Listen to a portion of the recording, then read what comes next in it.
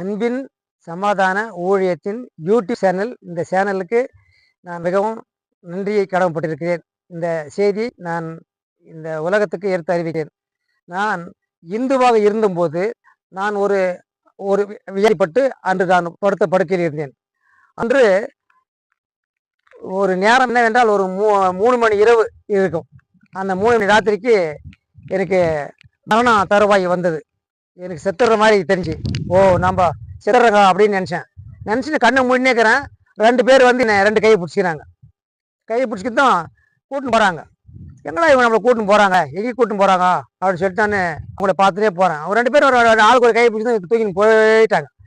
வராந்த குழப்பி தூக்கின்னு போகிற மாதிரி என்ன அவங்க 2 பேரும் தூக்கி எங்கேயோ போயிட்டாங்க. எங்கே போகிறாங்க, எந்த பக்கம் போகிறான்னு எனக்கு ஒன்றுமே புரியல.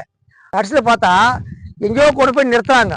பார்த்தா கூட்டமான கூட்டம், மதிக்கத்த கூட்டம், கிஜி கிஜி கிஜி கிஜி கிஜி கிஜின்னு இது கூட்டம். இந்த கூட்டத்தில் அப்படியே இழுத்துன்னு போகிறாங்க. 2 பக்கம் அப்படியே இப்போ மாடு பட்டி மஞ்சள் எருது விளங்குறாங்களே அப்படி விளங்குறாங்க. என்னை இழுத்துன்னு போகிறாங்க. சர்னால இழுத்துன்னு போனாங்க.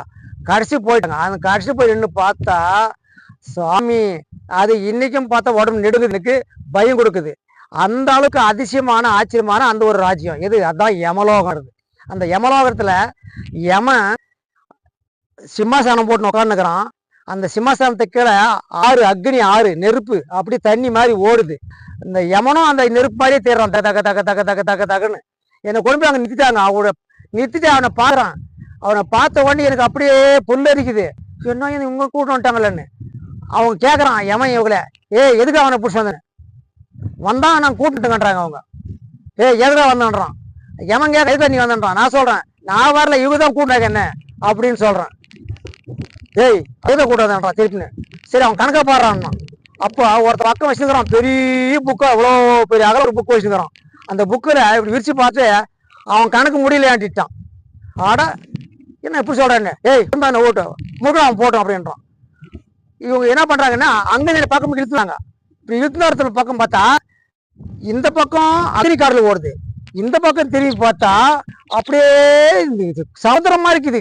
அதுல கீறாங்க ஜனங்கன்னா அப்படியே எல்லாம் கையாண்டுறாங்க. கொதிக்குது. அப்படி குழம்பு செட்டில எப்படி குழம்பு கொதிக்குதோ அப்படி கொதிக்குது. அந்த கொதிக்கிற குழம்பு நெருப்புல ஜனங்க அப்படியே கொந்தளிக்கிறாங்க. நம்ம அல்றாங்க. அவளை காப்பாத்துறதுக்கு யாரும் இல்லை, அவளை மீறத்துக்கு யாரும் இல்லை. அவங்க நின்று பார்த்துக்கிறான். இவங்க என்ன பண்றாங்க, என்னடா பார்த்துன்னு வர போலான்றாங்க. இருக்கும் யாரும் பார்த்துட்டு வர்றான். பாடுறா கொஞ்சம் நிக்க வச்சுருந்தாங்க. அவங்க பார்த்தேன், எல்லாம் செலிக்கி பார்த்துட்டு எனக்கு மனசு பயம் வந்துருச்சு. நான் இப்படி சுத்தம் பண்றாங்களே இவள அப்படின்னு.